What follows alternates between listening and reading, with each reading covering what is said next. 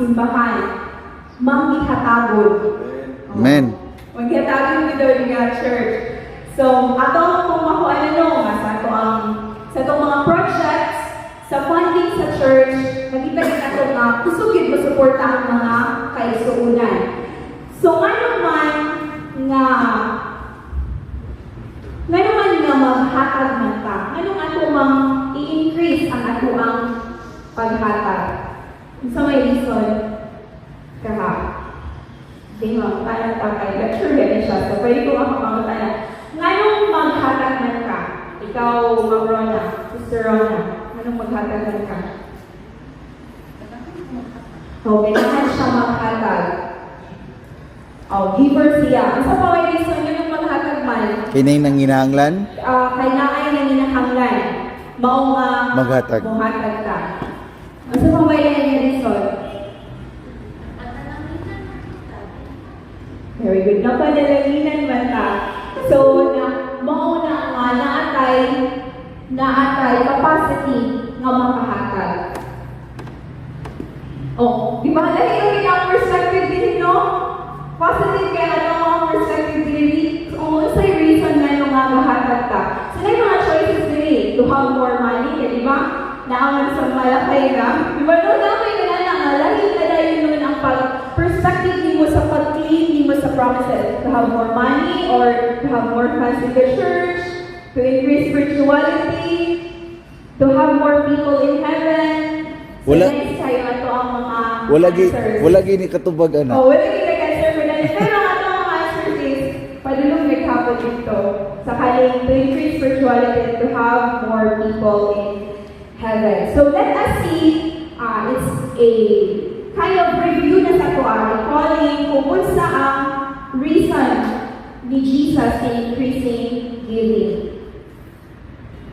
Monisha, let us all read. Ready, go. For where your treasure is, there your heart will be also.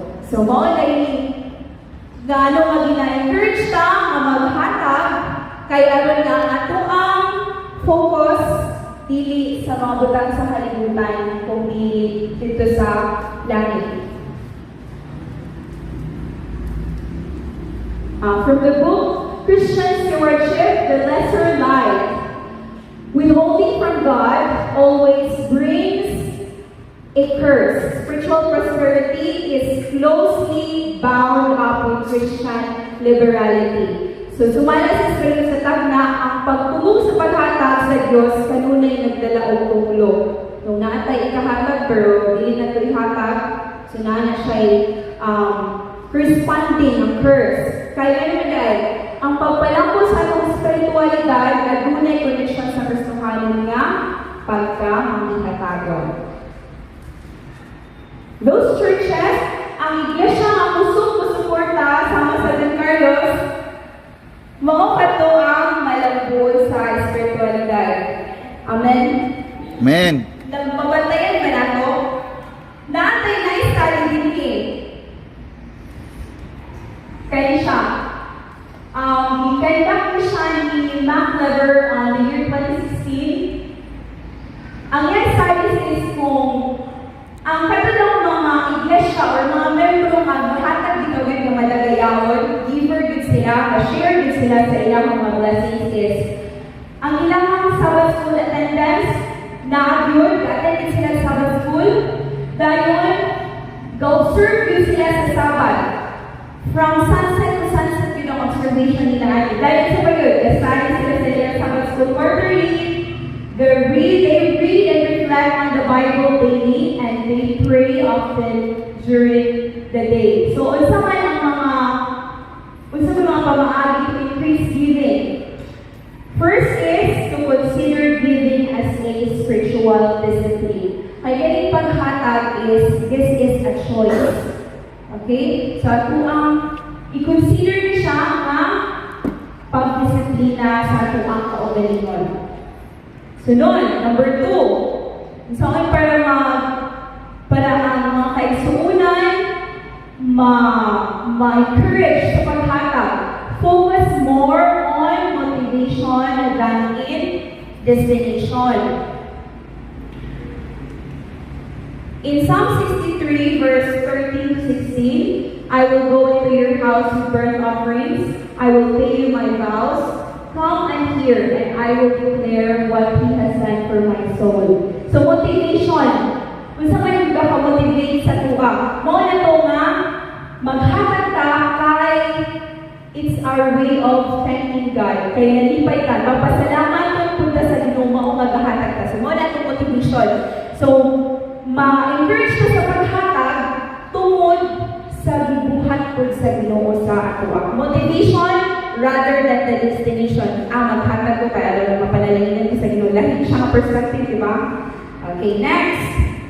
Dali na siya maka-experiment. Number 3 na lang. Focus on giving as a trust-developing practice. Kaya din siya. Kaya maghatag ka o maghatag ka first of all sa tithes and sa offerings because you are trusting God. Naka-experience na ko aning sa una, makanabitaw, wala na kay kwarta sa imong bulsa. Wala na itong last mong amani. Gamay lagod. 20, wala na kay pang-pliti. Wala mauna malagit ang kwarta mo. Dahil imong ihatag sa Ginoo, trusting in your heart that He will provide. And kabalo mo, daghan mo, tagsa sa tuwa, daghan ka o mga experiences ngayon ani. God is indeed faithful. Diba, no? God provide din siya. So,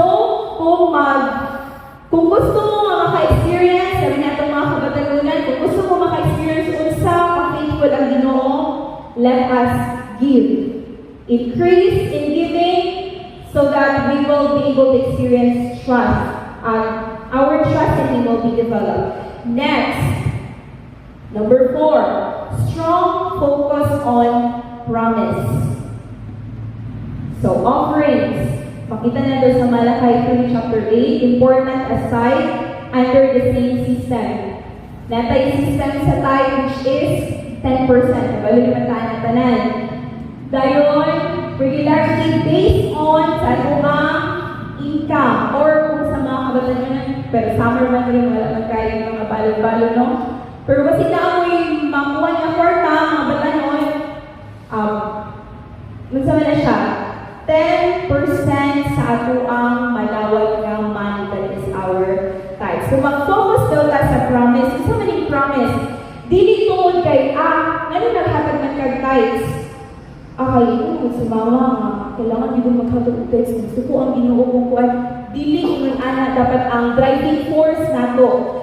It should be our own choice nga na convict ka personally kung unsa ka maayo ang Ginoo. Then ato ang own nga promise sa iyaha. Strong focus on promise.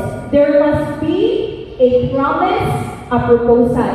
Giving by principle, not by compulsion or appeal sa. Hala, ganahan ko mga tagkaroon kay hindi kayo ang nagkanta o nagkanta sa kanang mag-collect of offering na muhatag ako kay nagkentino. Or hala ka nang luwid ka kayo sila, muhatag ko yung aning na offering. So, dili, dapat kanang before pala mo rin siya apil ko aning na alert ko aning karon. Before pala mo ato sa simbahan, before mag-Saturday, magahin na taog kainin ang quality offering. Kaya kabali naman ta ang tithes is 10% nakalahin naman ginadaan. Pero hindi na focus sa offering. Kaya kasagaran kay wala na sila, kung gusto rin makutan, no? Okay na ako Kung gusto rin makutan, 20. Mawala rin ang mga dili di. Giving is by principle. For example, nag-promise ka sa Ginoo nga mag-support ako sa funding sa church church building. So before pagkaman sa simbahan para sa balo, dapat sa kong balay, ilahin na nato ang kanang offering para sa simbahan. So again, giving is by principle, not compulsion, not by appeals. Okay, if all would follow God's plan, there would be in the house of the Lord. The cause of benevolence would no longer be dependent on uncertain gifts of impulse. Kailangan na yung funding daan. Okay? Number 5. Lima na ta. Promoting God's promises. Again ha, para mag-increase ka sa paghatag, let us promote God's promises. Is it true that God still blesses the giver? Does He love the cheerful giver? Is the Bible trustworthy? Muna siyang gina-encourage sa atong Adventist Stewardship Ministry Department nga sa atong church, bisag once a month lang, naatay yung ani promoting God's promises. Meaning to say, mga testimony, mag-testify ko, like for example, sa tulo lang or mga kapag testimonies nga, yun sa how faithful is God na sa ilang kinabuhi nga naghatag sila ng offerings, kailangan din mga experiences ninyo nana. So, magkwentag mga testimonies. Kaya may encourage ko daw ba nyo, naka-experience din mo nana, gusto ko kumutry o nana. The lesser life from Christian Stewardship again, paragraph 89, His word is our assurance that He will so bless us that we shall have still larger tithes and offerings to bestow. So, kapanalangin ni Permiti ang Ginoo sa atua, and in turn, we are going to be blessings toward other people. Number 6, to facilitate the act of giving. Kaya din bantayan nyo, obserbahan nyo din ako din sa Don Carlos Church natin ang mga deacons and deaconesses, prepare ito ang mga envelopes. So, kina-observe na nilini. Dahil natin mga ball pens. So, nakabutang na siya daan. So, facilitate the act of giving. Di ba katong sabi na sa church building na fund namin, separate na envelope para anak.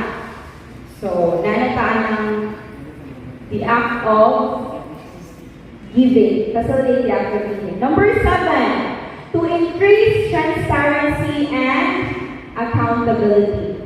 To promote the use of the envelope.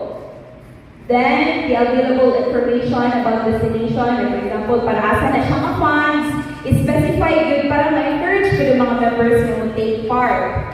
Dayon, regular reports about how funds are and were spent. A few Sabbats ago, dumugod din nga, report nga, inunani na ang atong funds sa kanilang project. So, it's all about transparency and accountability. So, again, blessed ka kay gina-observe na nagdini sa atong church.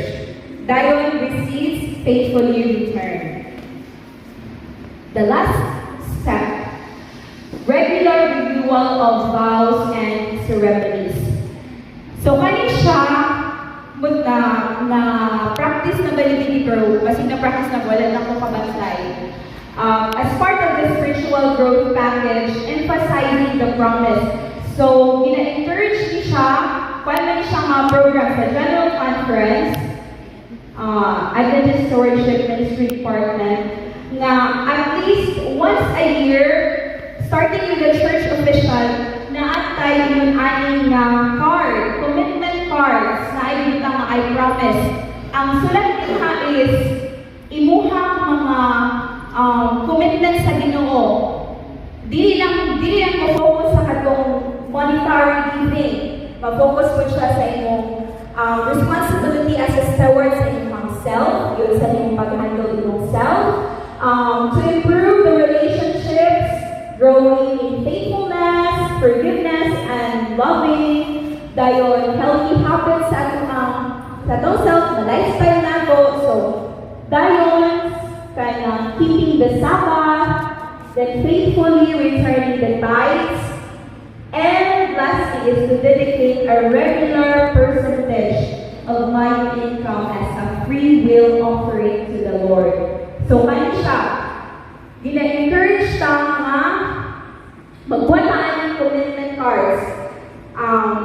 Most probably kaya sa New Year, before the New Year starts, natay yung din. Ato din ang i-keep as our promise to God. Nga mo niya itong buhaton. Okay, so regular renewal of vow ceremony. Okay, so mo na ito siya. The last text that I'm going to share is in Proverbs 3, verse 9 to 10. Honor the Lord with your possessions and with the first fruits of all your increase, so your barns will be filled with plenty. Plenty. Anong plenty? Sa ganito reason? Kay Aaron, makikuputang blessing sa uban ng mga tao. God is blessing us so that we can channel those blessings towards the people around us. So thank you so much for listening. Good afternoon. God bless you all. Amen.